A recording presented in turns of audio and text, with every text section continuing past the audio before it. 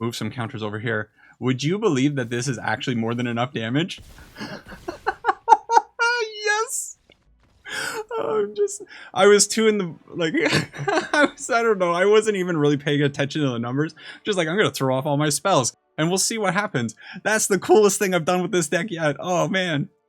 Since Secrets of Strixhaven came out, I have been playing a ton of this Orzhov Repartee deck. It is the mechanic from the new set that I want to work the most because it reminds me of Heroic from my Pauper days. I absolutely love that deck. However, it has been quite the struggle to get this deck to work. I think it's in a pretty good place right now, as good as I'm probably going to get it into on my own. But yes, I do think the Repartee mechanic is a bit of a trap mechanic because, well, it suffers from that classic problem of you need to have creatures, you need to have the spells to buff up those creatures, and as soon as you're interacted with, the whole thing kind of falls apart. And guess what kind of meta we're in? An interaction meta. Everybody's got the answer to everything. It's crazy out there, but the deck can function in some situations. However, if you go up against your Jeskai opponents, oh boy, it's going to be a rough ride for you. So what is Repartee? Well, talk about it very quickly. Repartee says whenever you cast an instant or sorcery spell that targets a creature, yours or your opponent's, any creature, something will happen. So in the case of the Scornmage, it's going to play a +1/+1 counter on the Scornmage. In the case of the Inkwright, we're going to be creating 1/1 white and black Inkling creature tokens with flying. The administrator is also going to put +1/+1 counters on itself, but when it dies, we can move those +1/+1 counters onto another creature. And the Hopeslinger is going to put a +1/+1 counter on all creatures that we control. Great synergy with the Inkwright. We're also playing Graduation Day. This was one of the cards that was not in my original build of the deck, but I have since put it in. And you know what? It's actually working a whole lot better than I originally anticipated it working. This one says put a +1/+1 counter on a target creature you control. So once we get the Graduation Day on the field, anytime we cast a sorcery or instant spell in this deck, we're going to be getting extra +1/+1 counters on things. As far as creatures go, I'm also running 2 copies of Cecil the Dark Knight. It's a pretty cool 1-drop, very powerful card. It does get bigger with all these +1/+1 synergies, and it can be quite the threat. I wanted just one more 1 CMC creature, and I'm really not sure what creature to put in the deck. And then we have our instants and sorceries. We have the new Dig Site Inventory. Very impressed with this card. It's a just simple thing. +1/+1 counter on target creature. It gains vigilance, but it also has flashback, so it's 2 spells in 1. Then we are playing Honor. +1/+1 counter again, draw a card, fantastic. And Killian's Confidence. Oh my god, this card has super impressed me. It gets target creature gets +1/+1 until the end of turn. We get to draw a card, and then whenever one of our creatures deals combat damage to an opponent, we get to pay Orzhov mana, a white or a black, and we can return Killian's Confidence from the graveyard back to our hand. Keep buffing our creatures up, drawing cards. It's fantastic. It has impressed me so much. A little bit of removal in the Requiting Hex, and the last card that is in here is Enter the Avatar State. Now, originally, I had 4 copies of Masterful Flourish in my main board here. I was valuing gaining Indestructible. However, I'm finding Hexproof to be a little bit more important because there's too many people playing like bounce spells and exile spells and everything else. There's so many ways that people are interacting with us. I think right now, as the meta is, I prefer the Hexproof over the Indestructible, but I think this is a meta call. You could very easily swap out the Enter the Avatar State or the Masterful Flourish. It gives a little bit more power, and Indestructible, it's good against board wipes, but if you're not seeing board wipes and you're seeing bounce stuff, Enter the Avatar State is going to be a little bit better. As far as the creatures go, Restless Fortress. That's about it to mention here. So we're going to hop into some games and we're going to see how it goes. I really hope it works out because I love the idea behind this deck, but let's just say there's a whole lot of hopes and dreams going into this video. See you over in the games.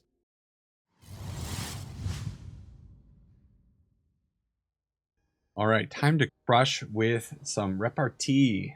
Repartee? I actually did look it up before this. Repartee is apparently how it's pronounced. Also, I will say maybe the voice is going to be a little bit raspy today. I do have maybe some allergies or a slight cold going on, and based on the face fuzz, you can probably tell that I am recording this at a time that's a little bit different than normal.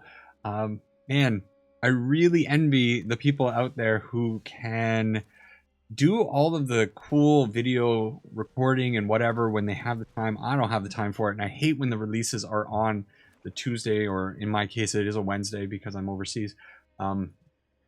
Yeah, really pinched on time. Our first opponent, guess what? gonna have a ton of interaction, and that's the thing that we are afraid of. Okay, guess what? You know what? I'm actually gonna sit on the Scolding Administrator. Just because we did draw the enter the Avatar state, if I can put out the planes next turn, at least I can hold up a little bit of protection for the Administrator, and hopefully blank one of their last removal spells. Maybe they have more in hand. Everybody, I swear, playing this deck has been brutal. Originally, I started in best of three. Best of three. Wow. Everybody's on control. Hard control, I will say. Not great, but if we end up getting our bird, then we will eventually get lifelink. That's what I think we're going to need in this situation right now. So I am going to just hold up the enter the Avatar state for the Scolding Administrator, hopefully blank a removal spell, and we'll go from there. Enter the Avatar state does give lifelink, so if we do end up getting the Administrator up pretty big, then maybe we can make something happen there, but we got a lot of stuff. Yeah, I don't remember. Did I finish my thought? Anyways, I did just come from work, which is uncharacteristic, but that's what's happening here. You know what? I think I'm going to change tunes a little bit. I'm going to do this. I'm going to get rid of the skeleton, gain a little bit of life. They take some damage from that. And yeah, I think we go this way. So we only have, we're a little bit pinched on our black mana. So because I'm pinched on black mana, I'm going to put the Cecil on the field. I'm going to pump up the Scolding Administrator a little bit. So if they end up trying to kill my Administrator, at least the +1/+1 counters are going to go on to the Cecil. Cecil becoming a 7/8 is going to be pretty powerful. He's going to basically flip us in one turn. Or flip over, I mean, we're going to do a ton of damage to ourselves. Hopefully they don't have that removal spell. And the Menace on the Administrator, there it is. So we do at least get to bounce the stuff onto Cecil. So it's going as planned, but I swear if they have another removal spell... Oh, thank goodness. Okay. So, Cecil... Wow, okay, now with that damage, I think that changes things a little bit. Do I want to go with the Killians? I think... If I go with the Killian, I don't know if I'm going to end up making contact with the opponent's face. Because they do have that mischievous... I don't think they're going to throw the mischievous sneaking in front of... this is going to be a 2/1. Maybe it's just actually loading up the Restless Fortress and swinging in this way. Yeah, okay. Here's what we'll do. So we're gaining life. We're not going to actually flip Cecil because of the Restless Fortress. But we are going to be hitting the opponent for potentially 8. And we do get their mischievous sneakling off the field. Okay. So we do hit ourselves down to 11 though. Probably next turn we are going to be flipping Cecil the Dark Knight. And they have the Soulstone Sanctuary, another mischievous sneakling, which does have haste this time. We do have to be a little bit careful. Oh, come on. See, this has been the situation. Obviously the deck has its problems because of removal. But yeah, you just hope that the opponents don't have every answer possible, but they always do seem to have every answer possible. I'm not going to go too hard on the Cecil because I don't want him murdering me. I cycled the Killian's Confidence just to draw a card. Put it in the graveyard. Maybe we make contact with the opponent on the following turn and go from there.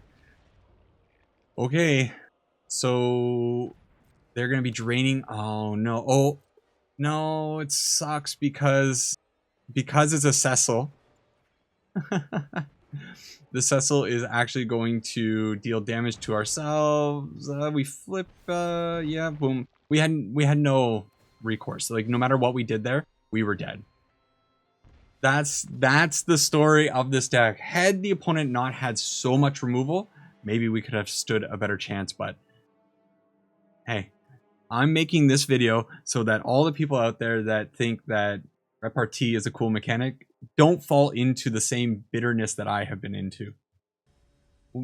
What's insane to me about the removal is that, and maybe it's because I haven't, the meta hasn't had time to shift back, but if everybody is playing creature removal, like there's so much creature removal in my meta, what I'm seeing, shouldn't that indicate that when those people go into those games, they'll have like a lot of dead cards, right? So then wouldn't you think that those people would be like, oh man, I have so many cards that are so dead in my hand all the time, I should switch it up a little bit. But no, it seems like the amount of Jeskai control that I played against recently, absurd, absolutely absurd. They're everywhere. And I just cannot catch a break, it seems. But I don't understand how they are so successfully running into people like me who are just playing creature-based strategies. There can't be, like, I'm food for those people. There can't be so many of people like me, the food out here. I don't know. It seems like we're all over the place, though. Thankfully, we did get the informed Inkwright onto the field. We can start making +1 or 1/1 white and black Inklings. Are we going to take some damage here? I think we probably are. It's fine. We'll take 4 points of damage and see what their follow-up is. I really don't want to do anything with this enter the avatar state or, like, you know, removal quite yet. There's the Bitter Triumph. So, sure. The opponent wisely saved it post-combat, so we can't get any benefit from that. And, well, we draw not such a great card. But I will say that this is okay in my book. So honor, draw card. It's a Cecil. Cecil's not great, but I think it's good enough for me to blast this Mosswood Dread Knight. We're going to get a little bit of extra damage, and they, of course, get that as an adventure. And we are kind of flooding out, but I don't expect this opponent to have... a board wipe. So I'm going to go pretty wide on them. Hopefully my informed Inkwright stays alive, but even if they end up targeting that this turn... I've been seeing a ton of the Kasari Revenant as well. That's another one that's just been kind of busting my chops. Yikes. So how are we swinging here? Are we swinging like this? Are we swinging even more? So let's say we swing with everything. They block here, they block here. They go up to 12. They take just a pitiful amount of damage. So I think I probably want to leave my 1/1s back. And also probably my Inkwright. So if they want to trade with either Cecil or the Scornmage, I'm okay with it. Yeah, I mean, I'm super okay with this. Okie dokie, take a little bit of damage, and we have the follow-up Cecil. So what we need to find is... I don't like that nice. I don't like that nice. That seems like a devious cover-up nice. And I guess that would be just about appropriate. Oh, thank goodness, okay. Rubble Belt, Maverick, cool card. We need a spell that's targeting something. We need, like... What would be the best thing? Honor, or... Honestly, anything. Anything would be kind of good. Any playable spell would be kind of good here. We were going to swing in here.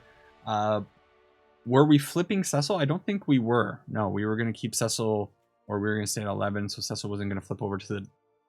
What is it called? Paladin side? Whatever. Kind of hoping we see some games with the Graduation Day. Graduation Day, as I said in the intro, it has impressed me. This hand looks okay. We can definitely run out our Scornmages. I feel a whole lot better running out Scornmages when I have a couple of other creatures in hand. The problem is when you have one Scornmage on turn 1 and like 3 spells that you can buff it up with. Do you take the chance? Do you put it on the field, or do you hide like a coward? And it, you know, you never know what your opponent's up to. Like, look at this. This is... When do you see a Simic player who doesn't have... Oh, that's not fun. A Simic player who doesn't have early game. Weird.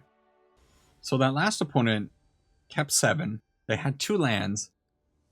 Did they keep a hand with 2 lands and like only only 3 CMC spells, and they were just like praying for the third land? Like, that's weird.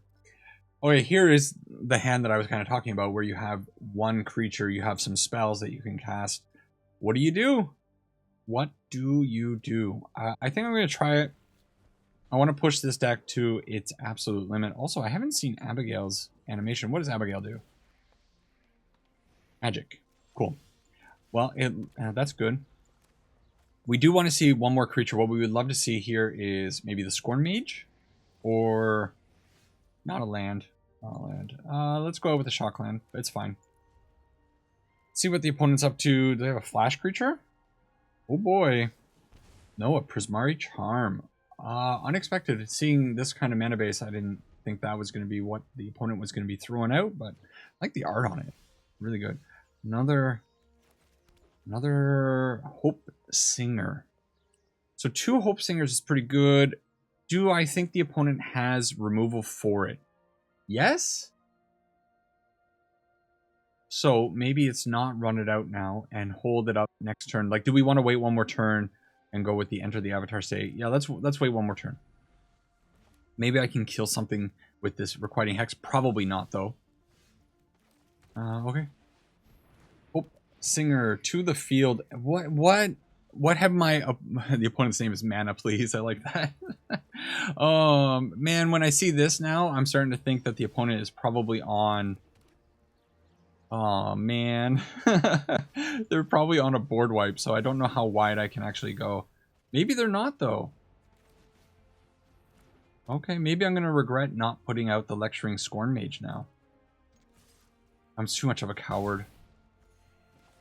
I will put out one more creature. Next turn, honestly, if the opponent doesn't have a big turn, maybe we can kill them next turn. Putting out the other Hopesinger here. I don't think they have anything. I don't think they got it. They got nothing. So do we put out the Hopesinger or do we put out, so this means this would be plus 4, 5, 6 damage. That's 14. That's not enough. So let's go this way and try to draw something in. I hope I did my math right. Oh, I think I did it wrong because I wasn't accounting for the Scornmage doing the thing. But I still think this is more than enough damage. Yeah. Yeah, I had forgotten the Scornmage's damage. This is just enough. We still have 2 more triggers. That's what the deck wants to do, but it was only able to do that because Mana Please did nothing? Sure. I have a feeling we're going to get a lot of games in. It has only been 15 minutes, I believe, and we've already played 4 games. Hey, I like this hand. This looks kind of good. I wish I had one more creature, and man, these Requiting Hexes have not been... See, though, this is kind of the point that I was making. I have not really been hitting too many things with the Requiting Hexes because I don't run into people that are playing creatures. So why is it that even my limited amount of removal isn't being used in effective ways, whereas my opponents are like feasting on me? Okay, Graduation Day kind of showed its power in that last game, really putting a lot of power on the field. Let's see if we can do it again. What are you on, opponent? Green? Oh, it's red. Red is bad. Put out an Elusive Otter. I wouldn't hate that. It's not. But it's another creature. I think I'm too much of a coward to do anything, so I'm going to hold up the Requiting Hex for 1 turn. This could be like a Spell Elementals deck. I kind of expected an Opt there, but didn't get anything. Maybe they're sitting on Burst Lightning. They shock in both of them. So there's the Opt. And this is most certainly then going to be... It could be Is It Aggro. Man, the Is It Aggro deck. I played a little bit of that. Ooh, Is It is so strong. It's kind of crazy how powerful it is. So like this is 100% Burst Lightning. So no matter what I do, I'm gonna be sad, especially since both of my things are sorcery speed. So what a position. I hate it. I hate it. Okay. We'll put out the Scornmage. I think the Scornmage is a little bit better to lose. Do I just put out both creatures? I don't think so. Alright. So, ooh. Maybe the opponent's mind games are really working against me. I just fully... This is with this deck, you do not want to see two different opponents. Is it? And you don't want to see Jeskai. Everything else is fine in the current meta. The opponent has done a wonderful job doing 6 damage to themselves, though. I will say that. Well, okay, there's another Lecturing Scornmage. So maybe from here we throw that onto the field, and then do I try honoring? Let's attack. Let's just attack with this. I don't know what they're doing, and I'm scared. Do they have a flash creature that I can hit with the Requiting Hex? No, into the Flood Maw. Okay. Let's put... Oh. Oh, that looks like it's clear. It's a clear path for me. I shouldn't have done 3 and 3. I should have done 2 and 4, I think. And you know what? Let's take a little bit of damage here. It's fine. Definitely should have been 4 and 3. 3 and 3... maybe it doesn't matter. They don't have a sweeper for 3 in these colors. There's the elemental. They have 3 spells in there, 3/7. I think they're 1 short of the big boy. So from here, I think I'm gonna go Killian's Confidence. Spread it out. It's fine. Oh, they can do it. I thought it was 8. Of course. Okay, Eddimer Crab on the field, and so here's where literally everything falls apart because they tap down both creatures, and you know exactly what the follow-up is. The follow-up is everyone's favorite card, Thunderflock. 100% coming. Yeah, I don't know. I haven't played it. I haven't played Eddimer Crab enough to remember that it's 8 mana, not 7. Oh, they still have Winter. They still have Thunderflock mana or another Eddimer Crab. And this Requiting Hex is just dead in this matchup. Okay, they toss a sleight of hand. That means that they had some good cards, and they didn't throw away a creature, so I have to assume it's probably not a Thunderflock. No. I was gonna say they would have windmill slammed the Thunderflock, so it's probably not a Thunderflock. Is there even any point in suffering through this at this point? Because like this is such a beating. We can still put up a pretty good defense against the opponent here. So you know what? I'm gonna give it one more turn. The thing is, they might just have... Oh, maybe I should have put that out untapped. They might just have another Thunderflock, and if they have another Thunderflock, we're just really toast. One thing I will say, and this is a little bit of a fair warning to anybody who's playing this, the Scolding Administrator and the Killian's Confidence, these cards are so similar. I guess you can kind of see it there. Something about the color palette on them being both Silver Quill, I have such a hard time like visually just looking at my hand and seeing like, oh, that's the Administrator, that's the Confidence. I often get this card. I assume I have a Confidence in hand when it's an Administrator. Burst Lightning for 4. That's fine, right? And they're going to attack me. Oh, man. Are they going to have another Burst Lightning, you think? All right. So if they have the Burst Lightning, they have the Burst Lightning. Ooh. Oh. Now, I can't do this on that creature, can I? I want to cast it here just to get some triggers. Okay. Well, what we can do...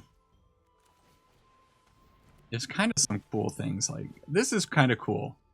And I don't know how much damage I'm going to get here, because I haven't bothered to actually think about it. But, like, there are some neat things that you can do with this deck. I'm dead because I'm dead to the Thunderflock in the air. Should I... No. I don't want to -2. Would the -2 remove the counters or not? Blight. What does Blight do? Yeah, whatever. We're going to murder our own Administrator. Put a counter here.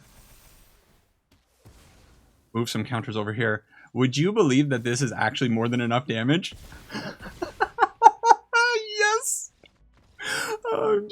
I was too in the, like, I don't know, I wasn't even really paying attention to the numbers. Just like, I'm gonna throw off all my spells, and we'll see what happens. That's the coolest thing I've done with this deck yet. Oh, man. I hope I tilted that. Is it Elementals player out so much doing that? Like, Alt F4, I'm done with this game. This is such a crap. That was, oh, man. I might actually, you know, you do something like that and you start thinking, maybe I do need to start making some YouTube shorts. You know, it's something that I haven't done for the channel. YouTube shorts probably pretty good way to reach an audience, but I like long form stuff. It's a different audience, the shorts audience and the long form audience. But yeah, maybe you do something like that. You start to think like maybe. Okay, so this opponent probably gonna have quite a bit of removal. We're gonna get in for 2 with the Cecil. They can't block. And I kind of don't put them on removal. So what I'm gonna do here is I think I'm gonna put out the Scolding Administrator. It's gonna be a creature that's gonna get big. It has menace. It can go around the limited blockers that they'll have. And we might be playing towards putting a Flip Cecil on the field. Now the opponent also double Demolition Field. Are they gonna go after my land? My goodness. That's not it, my friend. Yes, sir. I guess I could have grabbed the Requiting Hex and used it as removal there, but we don't need to really care about that. So are we doing Inkwright or are we doing... I am a little bit worried about my creatures. So I think maybe now that I have the Enter the Avatar state, I'm going to hold it up. So I will put this out on black. Yes. And we'll pay the 2 life. We'll put out the Inkwright. And we'll just hold up either removal or Enter the Avatar state for this turn. As long as the opponent's not coming at us with too much damage, we could be in pretty good shape here. They got oh, this is the split. The Skeletons and the Demon deck. Interesting. So they'll get in for another 2. That's fine. We will be aiming to flip Cecil here. And there is the Tragedy Feaster. Now, they haven't gained life this turn, have they? So they're going to have to sacrifice something. Are they sacrificing... Probably they sacrifice the... I don't know. You know what? Let's shoot this. We get a little bit of pump on our boys here. We get a bird.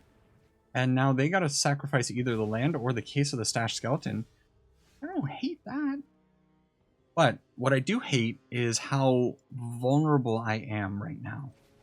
This thing has trample. Cecil is going to be doing some damage to me. So I'm wondering if what I need to do... I need to kind of gain life. Maybe I don't attack with Cecil, and I just leave Cecil back. Graduation Day is okay. Do I shock out? Okay, let's say I put Graduation Day out, and then I go ahead and I do the Enter the Avatar state. That's going to give me another 1, 2, 3, 4 damage. So that'll give me not quite lethal, right? Because it'll be 1, 2, 5, 3, 4, 7, 8, 9, 10. I'm not quite there. So I think probably what I just have to do is I have to attack in with the Scolding Administrator. And also with this. And I think this is probably okay. The question is whether or not I want to protect or give lifelink to something, and I don't think I do. I might regret this whole turn order. We'll see. This is the first time I've gone up against a Tragedy Feaster, and it's kind of giving me pause. I don't really know how to deal with this card yet. But if they end up attacking in, I don't think they have like ways of pumping things. That'd be pretty wild. At the very least, I could enter the Avatar state. Uh-oh. Uh-oh. So do I die now? So I have to put so much. I have to put everything in front of this, right? And then do I get them on the backswing? Yes.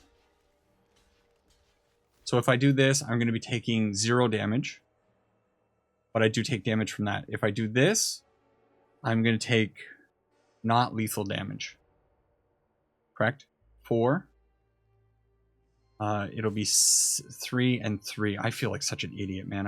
My brain is seizing up. I cannot block with Cecil. Okay. Sure. I think this is fine. Boom, boom. Hope I didn't make a mistake here. We get halved. Yep. And now we have... graduation day, enter the avatar state. We should be okay. And Scolding Administrator is not really what I want to see here, but we still attack in, and I think no matter what or how they block, we win. Yeah. Okay. GG opponent. Very, very cool game. Oh, the Feaster being a boss. Not enough of a boss. What a run with this deck. Things are kind of just working out with it. Except for that first game. Hope you guys didn't peace out after that first game. And then got some more. So that was 6 games. This is the 7th. So far it's working. Yeah, this looks good. We go out with the graduation day. I love that. I've been liking the graduation day on turn 1. Obviously, it's one of these cards that has a big downside, being that if you draw it late game, it might be a very dead card. The opponent with a turn 1 land, Evolving Wilds probably means that they're on landfall, right? What else would they be on? So that gives us the opportunity to probably put out the Informed Inkwright. Maybe we start going wide with our cool Inklings. If you're wondering why my rank was so low, by the way, I was down, what, 87 when I started this, something like that. The reason is, one of the main decks that I started playing with when I first loaded up all of this is... what is the deck called? It is the... Hang on, I'm thinking. Do I attack in with the Informed Inkwright and bluff the attack here? Is it worth it? Or do I just go with this? Yeah, I just go this way. This is safe. I was playing Selesnya Life Gain.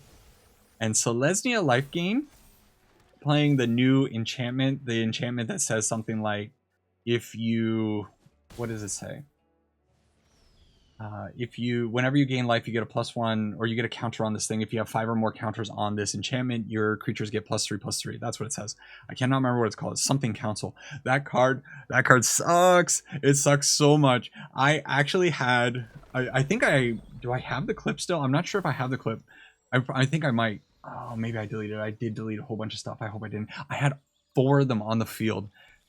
4 on the field, and I lost. I lost so badly. I couldn't do anything, even with 4 of them activated on the field with creatures, and it just... What is this card? Barrage. Target creature you control gets +1/+0 until the end of turn. If you cast another instant or sorcery spell this turn, then it deals damage equal to its power to something. My goodness, that's kind of a beating. We needed that card. So we do have all these Killian Confidences, though, which is good. We'll get a big bird. We'll get a big Scornmage. That's fine. Do I want to... You know what? No. I want to do this. I was going to say, do I want to return the Killians? But I have another one in hand. I have 2 in hand. I don't really need that one from the graveyard. So we'll just keep attacking in. Get the opponent down to 7. That's kind of insane. And they need to remove both of these creatures very quickly, or the combination of Graduation Day plus the Dig, Sight, Inventory, and Confidence, it's going to kill them. Earthbender Ascension, do not care about that. Okay, they still have 1 mana open, so I don't know what that could mean, but they are mono green deck. So I have a feeling that this birdie might be able to get us there. And that is enough damage with the Graduation Day. The opponent doesn't care. They're coming in for 4. We're at 15. Doesn't matter. That taking down another one. Man, why couldn't... I wish I didn't start with a loss. I'm going to say a stupid thing right now. I'm really happy that all the Jeskai players are at work or sleeping. and they're not jumping into my games with lightning helixes and everything else under the sun to ruin my day. However, now we are meeting our match. Our match is our own deck. I'm going to try this one. This is a risky one. We need to see probably a land this turn. If I don't see a land, I'm going to be really up the creek, especially against a Kavaro deck. Of course, it's going to be a Kavaro deck that comes in to put me in my place. All right. If we find a land, though... Oh, man. All right. A land would have been pretty banging there, but of course the opponent draws a card, discards the Bringer of the Last Gift. It's only appropriate that Kavaro comes rearing its ugly head and being like, yeah, what? No.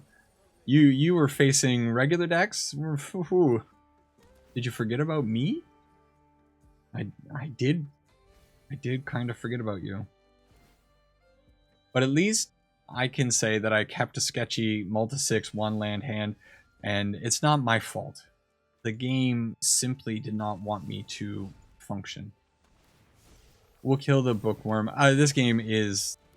It's over, right? Like, how can you possibly win against this deck on one land when they're just making their land drops, right? You know what's going to happen. They drop their 4th land. Kavaro time.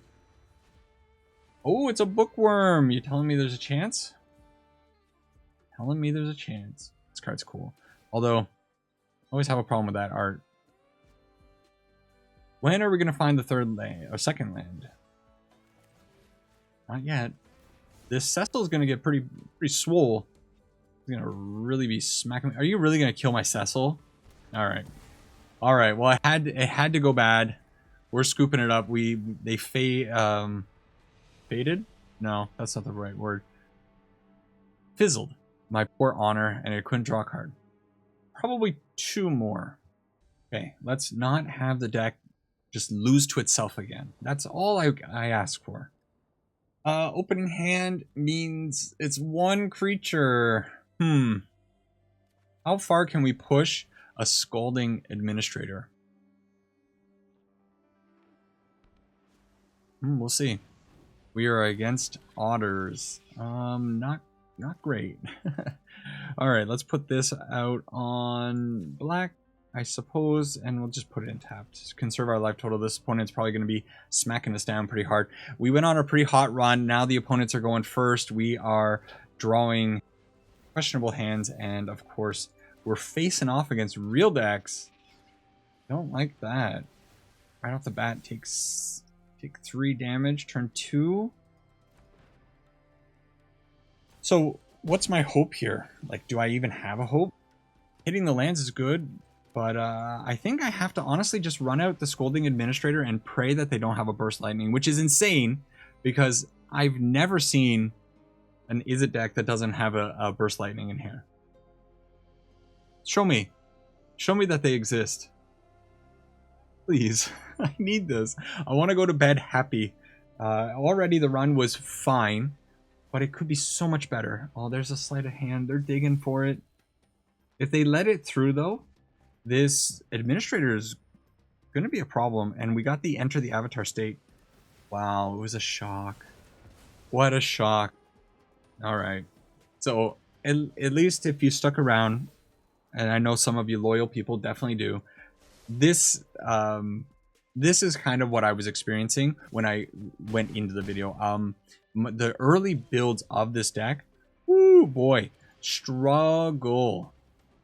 Am I at the point where I'm going to put a Killian's Confidence on my opponent's creature just to draw a card?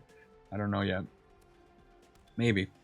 But yeah, those early builds, I was running into what seemed like a non-stop rush of Jeskai opponents, and some Izzet. Not as many Izzet. It was all Jeskai. And that's why I was a little bit worried when I flipped the camera on tonight, but I had to get something recorded so I could edit something up in the morning and get it posted for Friday's video. But yeah, I was not confident coming into these best of 1 games knowing that at any point I could run into an opponent doing some very real stuff. I mean, we're just dead here. Hey, look who showed up. That's kind of, oh, it's okay. It actually means that I don't die. So yeah, land, that's great. We don't want lands. Last game we wanted lands. This game we want creatures.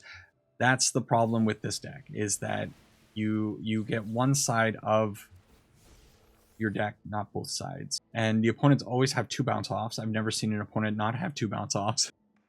I want to go to bed so badly. I don't know what to say. I'm just rambling on. But we do get to make 2 Inklings, or another Inkling, so we'll have a total of 2. If this Into the Avatar State lands, I mean, that'll be pretty good. Oh my goodness, our boy's sticking around, and that means the opponent can't really attack in. No, what am I saying? They 100% could very easily attack in. I have first strike, and that's fantastic, but it is only a 3/3. Oh, I love the opponent. That is cool. Balmor. Balmor is one of those cards that I'm a big fan of. So we go out with the Hope. This is the first time the Hopesinger's shown up, right? And we make a board of 2/2 Inklings. And next turn, if we survive to next turn, ooh, things could get real spicy. If the opponent's sitting there on nothing, which what are the chances of that? But if you're unfamiliar with Balmor, I should point it out. Whenever you cast an instant or sorcery spell, creatures you control get +1/+0 and trample until the end of turn. Very, very powerful. The opponent with the sorcery or Storm Chaser's talent level up to grab the bounce off. And what are they bouncing off? My Hopesinger? Bounce off is instant speed, yeah. They pass through the turn? Whoa, I did not expect that. So all of this is sorcery speed. That sucks. So what we have to do is we have to load up one of these birds and make them react with the bounce off. But they don't react with the bounce off? I am very surprised at that. Okay, let's load up this bird. Why is the opponent giving me false confidence here? I mean, they got to sacrifice their whole board. If I swing big, yeah, whatever, let's go for it. Maybe they were afraid that I had another. Oh man, if only I drew a land. Not a land, you know. If only I had drawn a land. Yeah, no, that's what I meant. I'm really losing it. It's been a day. We got 2 creatures going in with vigilance. They have to put the Balmor in front of something. Yep, they bounce that. That's fine. But now they're definitely like still taking lethal damage. We still have all of these creatures back. Now Balmor does give trample pretty bad. We're at 3 life. I really needed this Hopesinger to connect. But they actually give us the creatures. They do. They have to. Well, they have to block 2. The problem is the elusive otter is elusive, and the elusive otter, the elusive otter is elusive. Creatures with power less than this creature can't block it. Okay, creature. Okay, I mean we might be fine unless they grab a. Oh. The opponent toyed with me. The opponent toyed with me there. Throwing off the burst lightning. I thought they had... they must have top decked one of those because they had untapped mana. There's no way. Ow. Yikes. That's a little bit of a tough one to lose. But, you know, we were on the back foot so much. Like, we did basically nothing to the opponent until we got down to 3 life. And then we started bouncing back. That's the problem. Going second against Izzet decks these days is not such a great thing for your life total. But still, you could see the power. If the opponent just leaves stuff on the field for just a minute, things can really get out of control so quickly, especially with the Inkwright and the 3CMC bird. I don't know what it's called. Don't know what anything's called. All of these names, y'all know I have a hard time with names. I'm finding a whole bunch of new names this week that I got to figure out, and it's going to be a trial. Anyways, let's see what Patty Ice is doing against us. Hopefully, we can end on a win. We were running so hot, and the game's like, nah, you got to slow things down. Thankfully, it looks like the opponent is not on Is It. I was a little bit worried when it first showed up. So do we do Cecil plus one of these cards, or do I do Inkwright? And I kind of like the Cecil, honestly, a little bit more. So let's do the Honor draw card. And yeah, that's fine. Sure.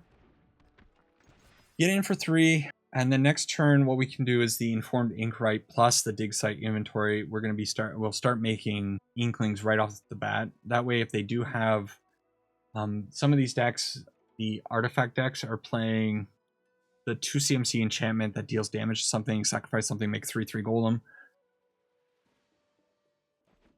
Okay, they let it through. Let's see what the follow-up is. The opponent is on Is It, and if it is an Is It artifact deck with the area, okay, so they are doing what we expected.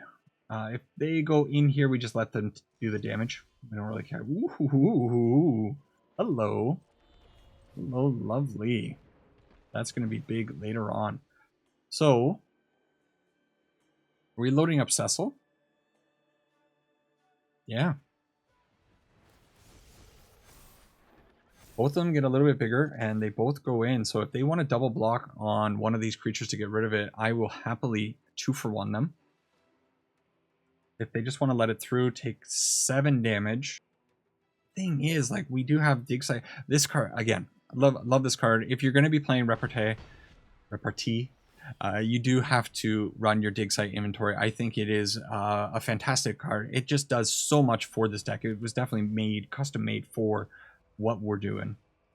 A Cryptic Oath, you say. So they get to find a face down card, which that's fine. And wow, the Requiting Hex is just huge, right?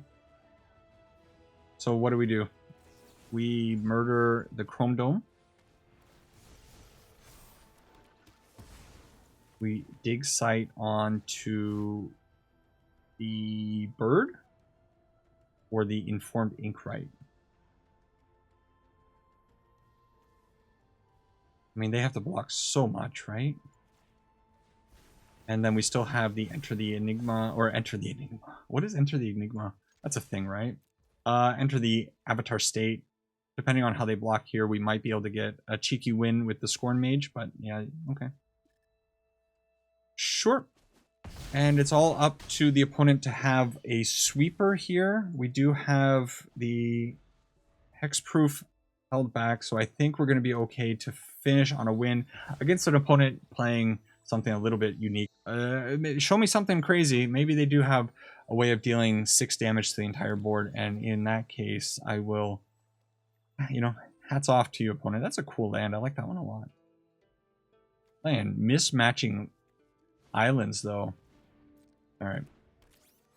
With a Fugitive Droid out, there's no way. Maybe this was the game helping us out a little bit after giving us a couple of rough matchups. Hey, that's a pretty good 3-creature spew or 3-card spew out there, but it's not enough. So we get to end on a win, going 7-3 in total. Better than I expected going into this one. Let's talk about it. All right, so pretty impressed with that little run there. The deck, like I said, performing a lot better than I had originally anticipated. I've been playing the deck quite a bit, and I think this is like the 3rd or 4th iteration of the deck. Certain things have definitely changed. Originally, I didn't have Graduation Day in here, but I think Graduation Day is a pretty solid card. We saw in some of the games that it can put out a ton of power, and for 1 mana, it's pretty good on turn 1. You don't necessarily want to be running out creatures right away because they are pretty vulnerable. You want to save them for when you have the ability to pump them up a little bit to get them outside of that 2 toughness, 3 toughness critical range where everybody's got burst lightnings or Boros, lightning helix or whatever that can kill those creatures. So if you get the graduation day out early and then you can maybe put out the Scornmage plus one of your 1 CMC things, it can get up into a nice spot. You know, suddenly becoming a 4/4 instead of a 1/1 is a pretty nice place to be. I also had some other creatures in here, like I had Zach Farah in here, but he didn't really work out. Originally, I didn't have Killian's Confidence in the deck. I had something else. But this card has super impressed me. I think this card is a staple in this deck if you're going to be playing it. In fact, I think these 3 cards are almost non-negotiable. I would say if you are building a Repartee deck, you need to have Honor, Dig-Site Inventory, and Killian's Confidence. I really like the Avatar, Enter the Avatar state, but I could see some people making the argument to take this out. There are not a whole lot of choices at instant speed. Obviously, we want instant speed. 1 CMC for Hexproof. I think really we only have that and Restoration Magic, and I think I would rather have Enter the Avatar state. And then for Indestructible, I think we do have some choices. Well, of course, Restoration Magic does give us the Hexproof and the Indestructible. So if I am worried about both sides of it, maybe I should be running Restoration Magic. But I do like the First Strike and Flying and all that kind of stuff that comes with it. Or, you know, we do have options of giving Indestructible for 1 CMC. If we want to go a little bit bigger, we can take something, play something like Take Up the Shield, where we get lifelink and +1/+1 counters on things. So there are options for Indestructible, but Hexproof a little bit limited. I don't know how much protection I should be running. I feel like just playing more creatures and hoping that the opponent's not running 6 or 7 removal spells in their top 10 to 15 cards is kind of the way to go about things. But yeah, I mean, that's the situation. If you're going to be playing this deck, I think you have to accept that once in a while you're going to run into those games where your opponent just absolutely decimates you because they had their removal package, you had limited creatures, and you're going to be sitting there with a bunch of cards that you want to be casting on your creatures, and you can't find a single creature. And as soon as you do find one, you put it on the field and it's gone. You just lose. But in a lot of those matches that I think, honestly, the set of games that I'm featuring in this video today, pretty wide range of different opponents, and you can kind of see how this deck stacks up against a lot of those decks. We definitely got lucky in a couple of those matchups. And then there were a couple of games where we were able to fight through some pretty nasty stuff. So overall, the deck is fine. It's never going to be meta defining, but if it's a deck that you like really like playing or like the idea of heroic, yeah, it's fine. The upside is it's not a expensive deck. Where you think about the what is it called? The Allies deck. Almost everything they printed for Allies was at rare. At least here, you basically only need the Informed Inkwright and the Stirring Hopeslinger at your rares. Everything else is going to be common or uncommon. Outside of the lands, of course, the lands are going to be expensive. And Cecil, you don't need to play Cecil. I'm not even sold on Cecil. It's obviously done quite a bit. It's such a powerful 1 CMC drop, but I'm not sure. I'm not sure about Cecil. It kind of bit me in the butt in the first game, right? It was an hour ago, so I'm having a hard time remembering. But if you want to dive into this one, if it's just a couple of crafts, the deck is fun. It's just don't expect it to blow your socks off. That's it for this one. I hope you enjoyed it. Let me know what you think about Secrets of Strixhaven, how you've been experiencing things or how things have been for you, and if you've been getting slammed or if you've been rolling people on the ladder. I'm about out of steam now because I've had going on my 18th hour and it's been a working day. So, sarang ipon na. Take care, everyone. Bye-bye for now, and I'll see you in the next one.